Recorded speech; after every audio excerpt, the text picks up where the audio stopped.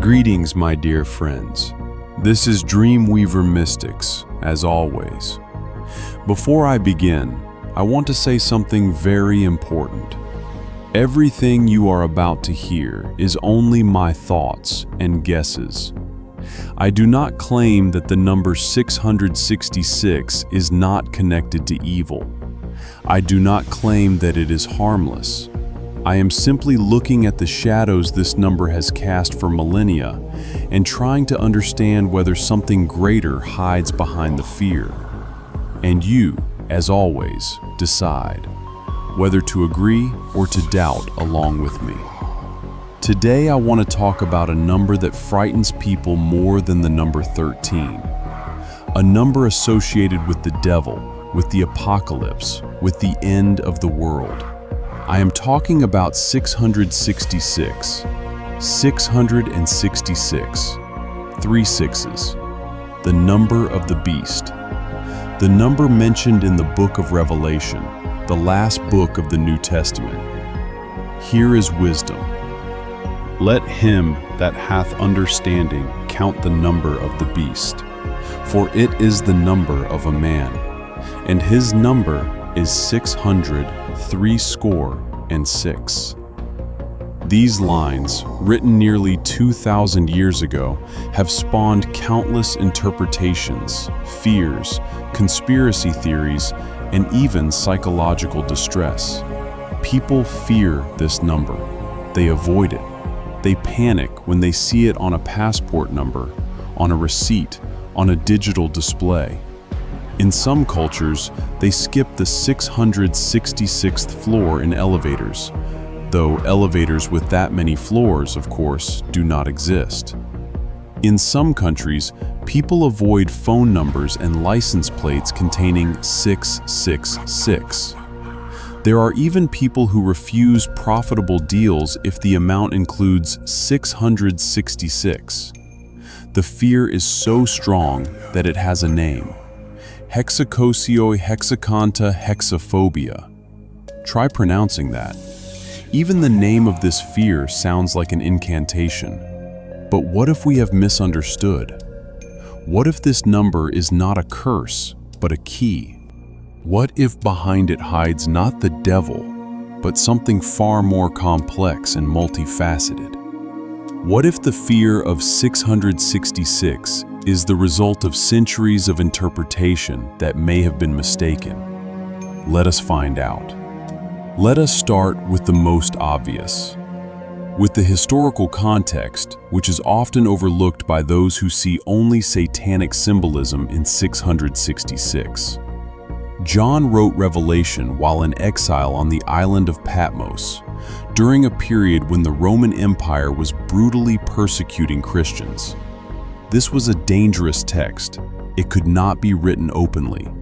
So John used the language of symbols and numbers, a cipher. In those times and cultures, letters of the alphabet had numerical values. This is called gematria. The name Nero Caesar, written in Hebrew, adds up to 666. Nero was known for his cruelty, his persecution of Christians. For the early Christians, the number 666 was not a mystical curse, but a clear political message. Do not fear the empire, John was saying.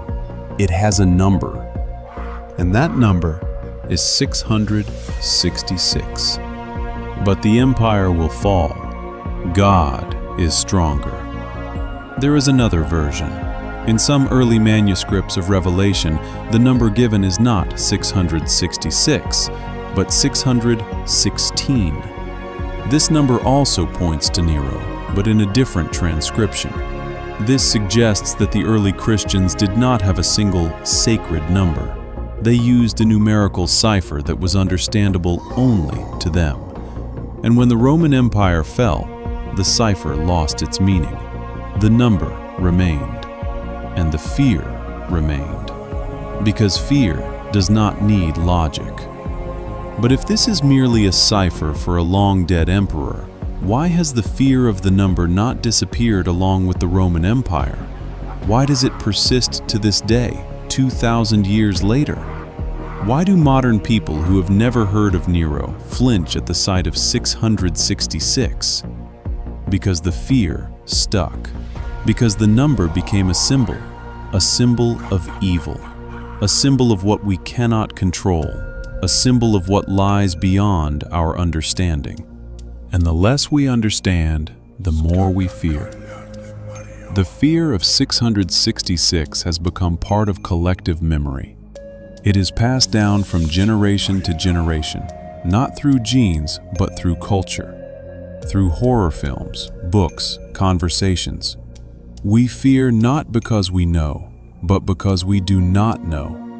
What if the number 666 is not the number of evil, but the number of man? It is the number of a man, writes John. 6 is the number of imperfection. 7 is the number of divine perfection, completeness, wholeness. 6 is 7 minus 1. 3 sixes represent threefold imperfection. Man who tries to become God. Man who has reached the limit of his power, but not the limit of his wisdom. Man who rules the world, but does not rule himself. In this sense, 666 is not a curse, it is a warning. Do not worship a man who imagines himself a god. Do not trust those who place themselves above the law. And remember that you yourself are human. You too can become the beast if you forget your humanity. This warning is not about an external enemy. It is about what happens inside us. When we give in to pride, when we place our own will above the will of others, when we forget that we are part of a whole, not the center of the universe, that is when we become the beast. Not because a mark was placed on us, but because we marked ourselves. In numerology, the number 6 is often associated with the material world, with the physical body, with limitations. 6 is the number of the planet Venus, the number of love and beauty, but also the number of sensuality and attachment to the earthly. 3 sixes represent hypertrophied materialism. When a person is fixated only on the body, only on money, only on pleasures, on status, on power, they lose connection with the spiritual. They become the beast. Not a horned monster from hell, but a person who has no soul, or who has forgotten it exists. Now let us talk about a completely different theory. The connection of the number 666 with the sun. This theory may seem strange, but it has its own internal logic. The movement of the sun across the sky, its cycles, its mathematics. Solar cycles last approximately 66.6 years. The speed of the Earth's orbit around the sun is about 66,600 miles per hour, according to some calculations. The diameter of the sun is 864,000 miles. If we add these digits, 8 plus 6 plus 4 plus 0 plus 0 plus 0 equals 18. 1 plus 8 equals 9. 9 does not equal 6, but 9 is the number of completeness, the number of wholeness. Interestingly, 6 plus 6 plus 6 equals 18, and 1 plus 8 equals 9. The sum of 3 sixes gives 9. 666 turns into 9, and 9 is a number that in many traditions is considered sacred. Why am I talking about the sun? Because in ancient cults, the sun was the primary god. It was worshipped, sacrifices were made to it, and some symbols associated with the sun were later demonized by the church. What if 666 is not the number of the devil, but the number of the sun? Could it be that the beast is not Satan, but the old gods whom the new religion declared evil in order to erase the memory of them? There is another connection. In ancient Babylon, they worshipped a deity that was depicted with horns. Its symbol was 3 sixes. Some researchers claim that the beast from Revelation is not Nero, but the Babylonian cult that continued to exist within the Roman Empire. The church needed to eliminate the competition.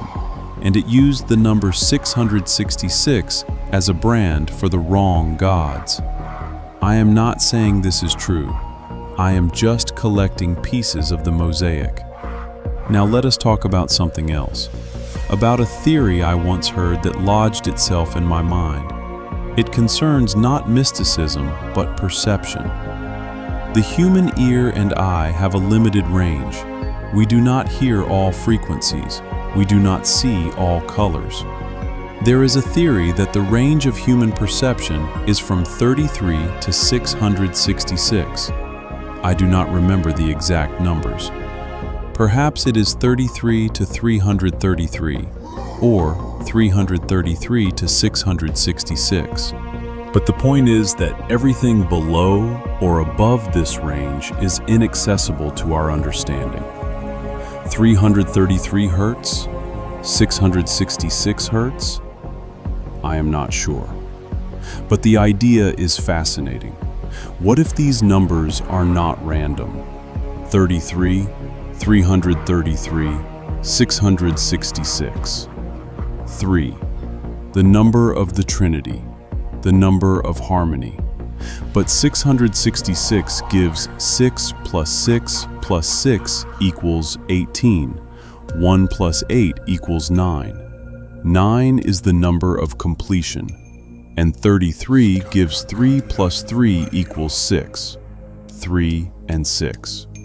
Everything is connected. Everything is intertwined. The mathematics of the universe knows no coincidences. Imagine that the entire world is vibration, frequencies from the lowest to the highest, and humans have access only to a narrow band. We are like a radio that picks up only one frequency.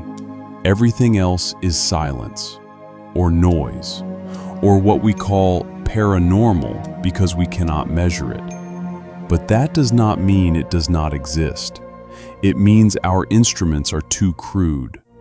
What if spirits, angels, demons, gods, what if they are not myths? What if they are beings that vibrate at other frequencies?